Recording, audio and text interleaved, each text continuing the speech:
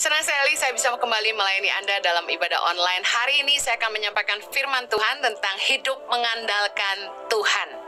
Siapa yang kita andalkan dalam hidup ini adalah kepada siapa kita berseru saat kita butuh.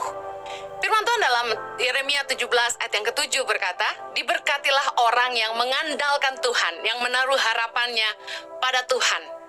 Dikatakan diberkati orang yang mengandalkan Tuhan.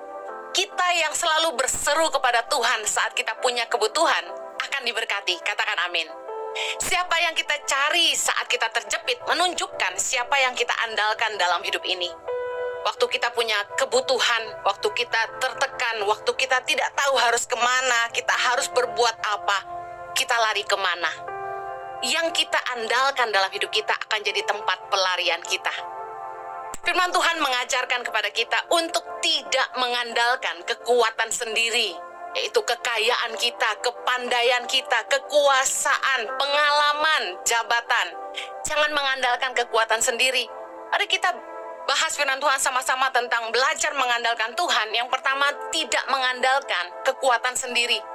Kita harus belajar mempercayai Tuhan segenap hati, mempercayakan hidup kita kepada tangan Tuhan yang kuat. Amsal 3 ayat 5 berkata gini, "Percayalah kepada Tuhan dengan segenap hatimu, dan janganlah bersandar kepada pengertianmu sendiri."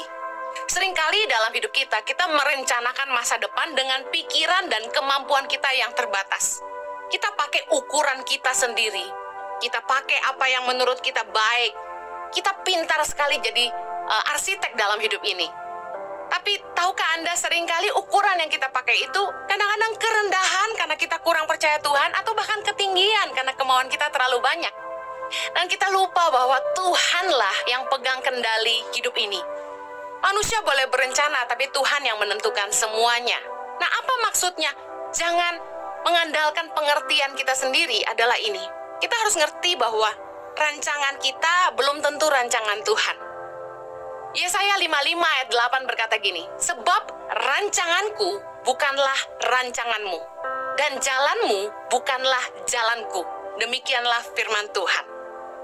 Seringkali kita maksa apa yang kita mau untuk hidup kita, tanpa mau ngerti apa rencana Tuhan sebenarnya. Kita ngedesain hidup kita sendiri. Oh, nanti saya umur sekian harus nikah.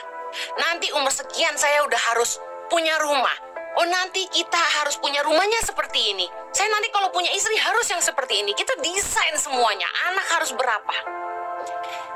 Kita seringkali lupa untuk datang sama Tuhan dan mengandalkan hikmat dari Tuhan, meminta tuntunan Tuhan dalam hidup kita. Saya mau share hidup saya. Dulu sekali waktu saya masih muda, baru nikah dengan suami saya, Pastor Yohanes Kristianus, saya berpikir, saya ini akan kerja jadi pengusaha supaya saya bisa menopang pelayanan suami saya. Bahkan waktu masih muda sekali, suamiku juga pernah bilang, "Nanti aku pelayanan, kamu yang support aku ya," gitu. Kenapa gitu? Karena suamiku tuh dari sejak SMA aja kami sekolah, Jojo tuh kelihatan banget pendeta abis gitu. Dia begitu ngomong, "Halo," udah kedengeran suaranya tuh pendeta gitu loh. Jadi saya pikir, panggilan Tuhan tuh terlalu nyata buat suamiku ya. Cinta firman Tuhan, suka bikin persekutuan, doain orang. Wah, keren, rohani abis. Sehingga aku pikir ya udah, Jojo nih yang dipanggil Tuhan, saya akan mendukung pelayanan suami saya. Pikiran manusia. Sama dengan firman Tuhan tadi kan. Kita seringkali bersandar kepada pengertian kita sendiri. Ternyata Tuhan juga memanggil saya untuk terjun ke pelayanan dan kami saling menopang. Kemudian satu hari, saya berpikir gini, jujur lelah sekali harus keliling dari satu gereja ke gereja yang lain, nenteng-nenteng koper kaos 40 kilo tiap minggu plus 15 kilo gitu kan. Harus nenteng-nenteng koper jualan gitu. Enggak semua gereja memberikan tenaga untuk membantu. Kadang-kadang saya harus bongkar sendiri, tata sendiri, setelah khotbah lari ke depan jualan sendiri. Enggak semua gereja itu pelayan Tuhannya mau bantu, terutama mereka yang belum kenal kita sebelumnya. Jadi lelah banget sebenarnya, apalagi saya harus khotbah hampir setiap hari dulu. Lelahnya minta ampun. Dan saya bilang gini sama Jojo, kayaknya YTP ini harus disupport sama sebuah perusahaan yang keuntungannya bisa support Tangan Pengharapan. Waduh, saya tuh orang kan suka bangun, jadi suka desain, suka ngatur. Jadi termasuk hidup saya pun saya mau atur gitu. Saya berpikir, ya YTP ini cocoknya punya perusahaan supaya keuntungan dari perusahaan itu bisa support pelayanan Tangan Pengharapan. Satu kali saya bilang sama teman saya, bro, kamu kan pinter nih ngelola perusahaan-perusahaan yang bangkrut kasarnya gitu. Dibenahi manajemennya, lalu dijual kembali.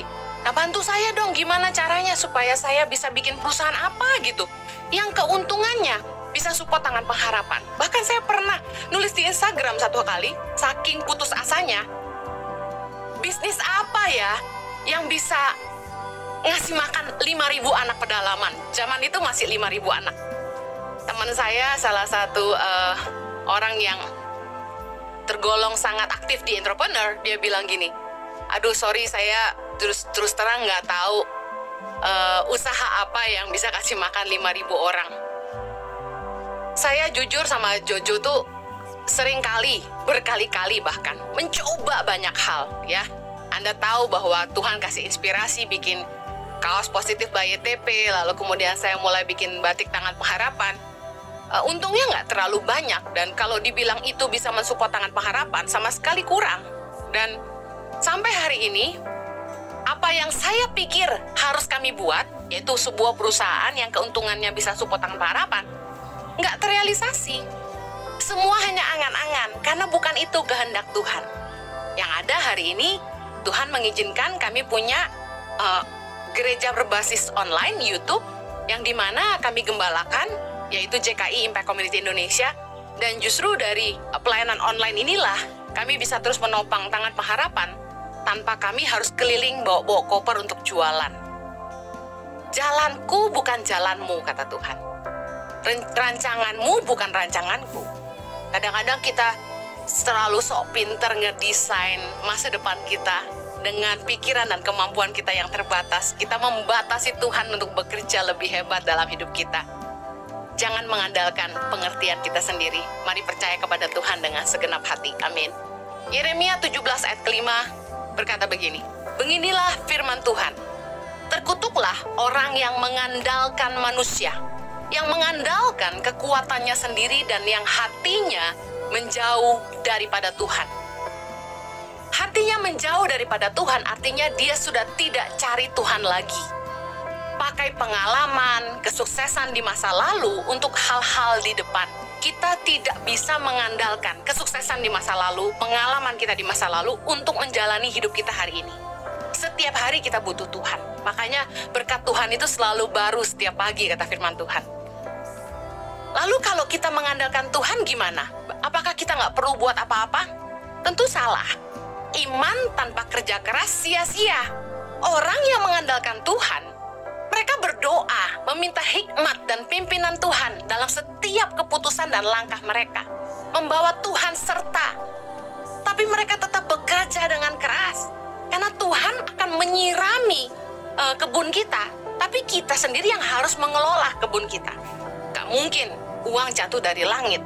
Tuhan pasti memberkati pekerjaan kita. Apa yang kita kerjakan dengan tangan kita. Ada firman Tuhan yang berkata, dia memberkati orang yang dikasihi pada waktu tidur. Artinya gini, tanpa kita sadari, ketika kita sedang istirahat, ketika kita sedang punya waktu untuk hidup kita juga tidak melulu cari harta, Tuhan itu sanggup bekerja, memberkati ladang-ladang kita, memberkati apapun yang kita kerjakan. Tuhan sanggup mendatangkan berkat, melimpah gandakan apa yang kita kerjakan. Bukan hanya semata karena kerja keras kita, tapi kalau kita bisa kaya itu karena berkat Tuhan. Tuhan itu nggak suka sama orang yang mengandalkan kekuatannya sendiri. Mazmur 147 ayat 10 bilang, ia tidak suka kepada kegagahan kuda, ia tidak senang kepada kaki laki-laki. Tuhan senang kepada orang-orang yang takut akan Dia, kepada orang-orang yang berharap akan kasih setianya. Jangan merasa kuat, jangan merasa hebat. tetap andalkan Tuhan.